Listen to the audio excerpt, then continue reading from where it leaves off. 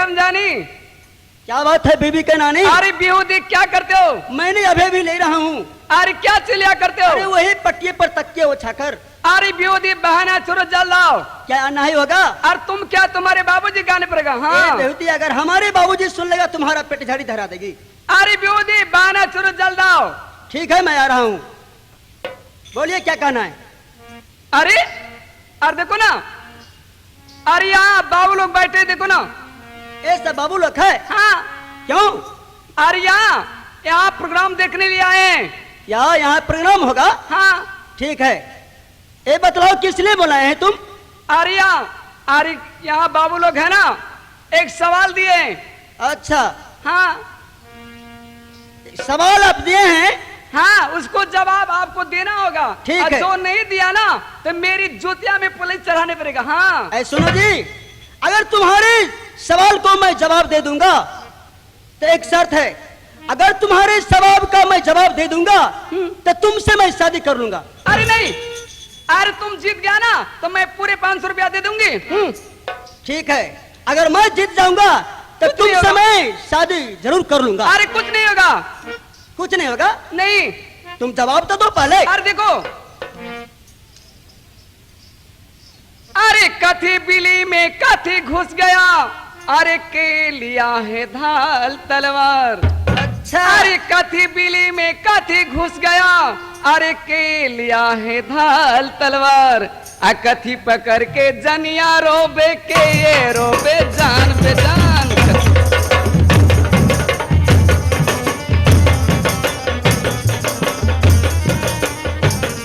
अरे कथी पकड़ के जनिया रोबे के ये रोबे जान पे जान। कथी पकड़ के जनिया रोबे के ये रोबे जान पे जान। कथी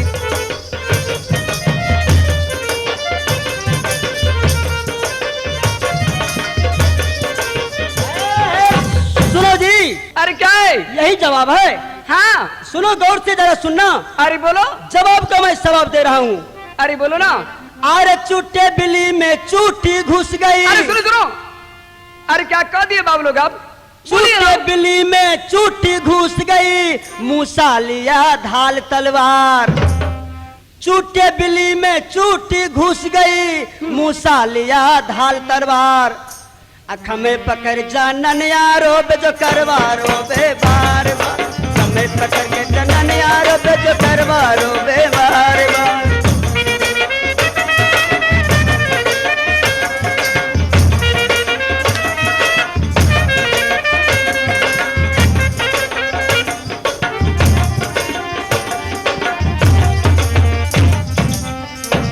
अरे सुनो, क्या बात है?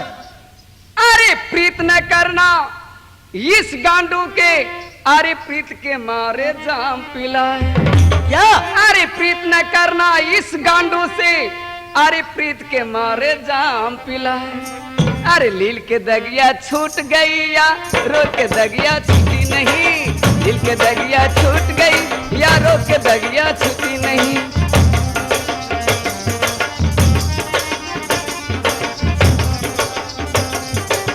दिल के दगिया छूट गई या रो के दगिया छूटी नहीं। दिल के दगिया छूट गई या रो के दगिया छूटी नहीं। सुनो जी, क्या हम तो बोले हैं?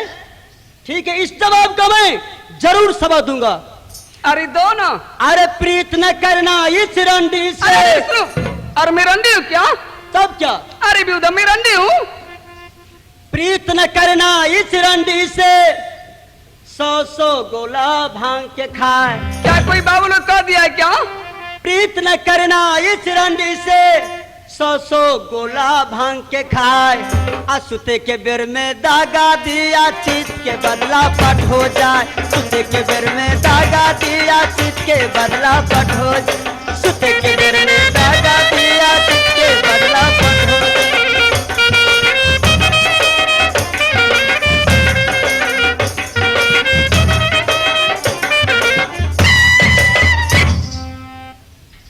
जोकर को मैंने ठोकर मारा है?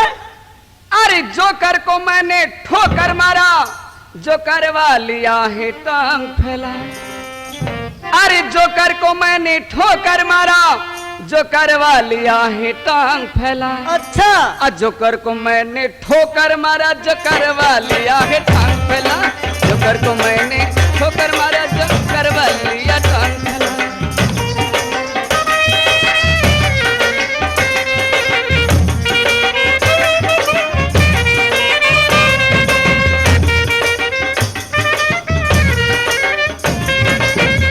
सुनो जी, अरे क्या है?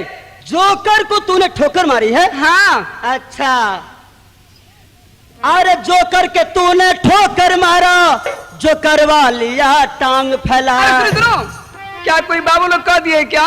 बोलिए ना, क्यों नहीं बोलते हैं आप? जोकर को तूने ठोकर मारा, जोकर वालिया टांग फैलाए। एक बार जोकर बा मारे, नौनो बच्चा दिया गिरा। एक बार जोकर बा मारा, नौनो बच्चा दिया गिरा।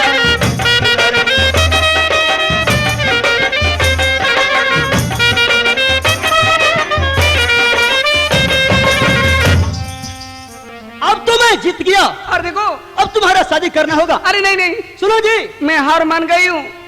क्या? हाँ, तब हार मान गए तो शादी करो। ठीक है, कर लो। अरे सुनो, अरे मेरी घर लेकिन रुपैठा पड़ती है। क्या? हाँ तुम्हारे घर रुपैठा है? हाँ। तो मेरा घर रुपैठा है। क्या? अरे दोनों आदमी मिलकर चलो। दोनों आदमी घर रुपैठा है? हाँ। तो मिल के चलो। चलो चलो चलो चलो चलो।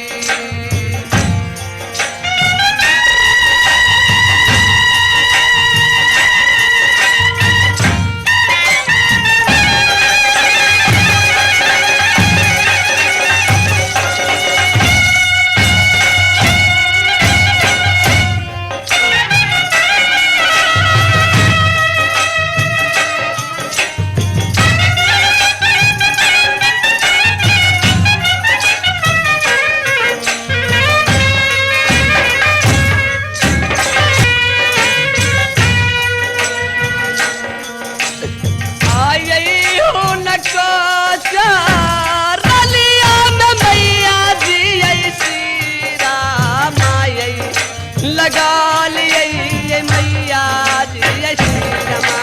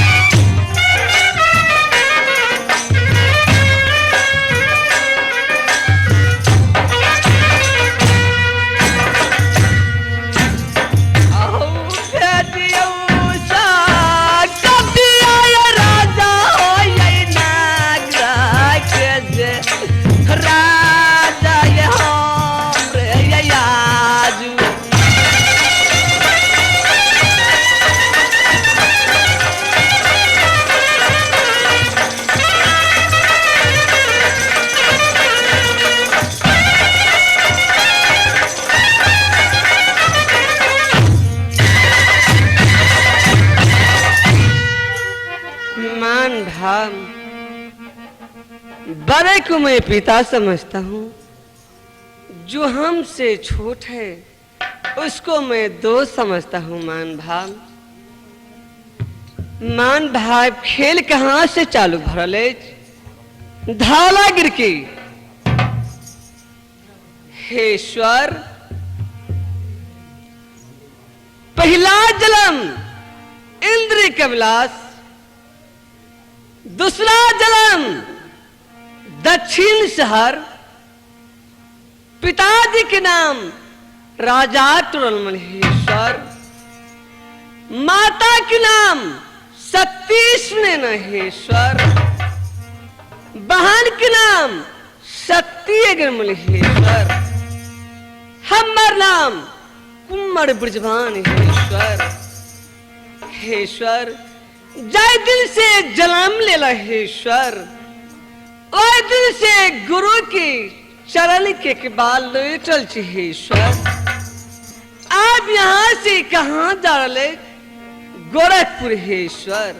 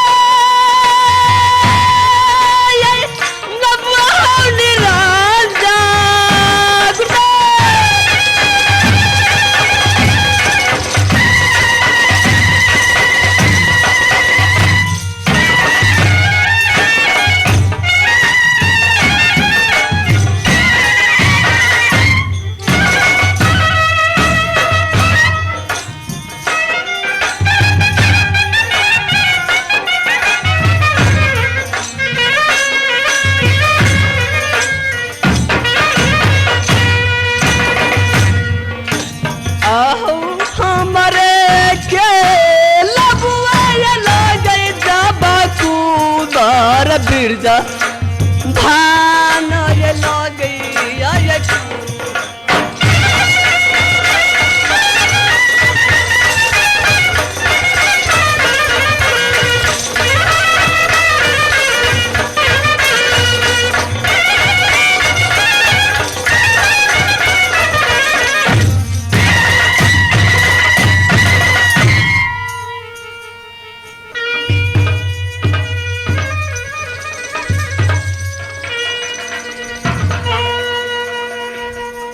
ईश्वर आप यहाँ से जालक गोरखपुर है गुरुदेव।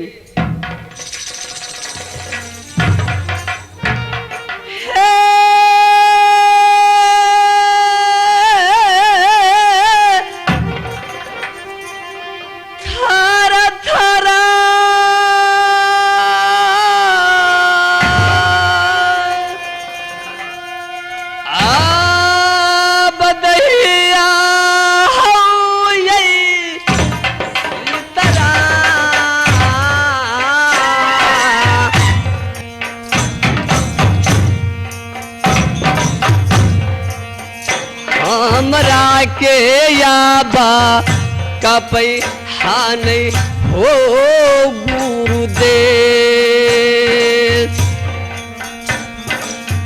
रहिया थालियै हौ गोरा खाजे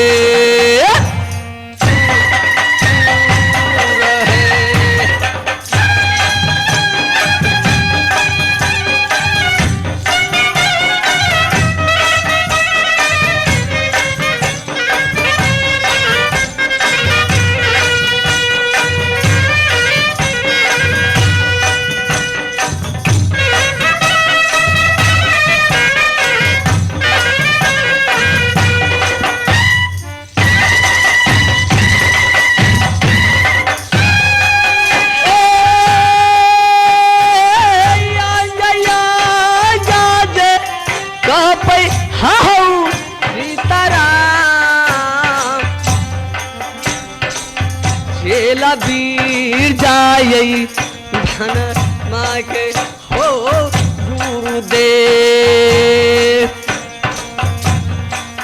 रहिया थालियै हौ गोरा खाजे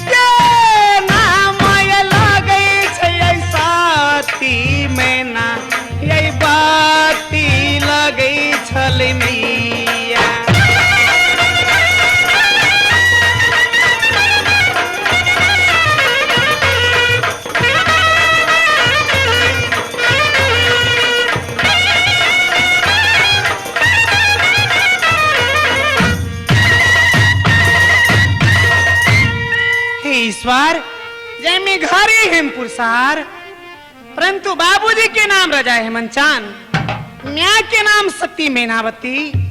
ईश्वर दोसर तेसर एक लड़की ले लो, जय में बाबूजी नाम दिलो सती हेवंती।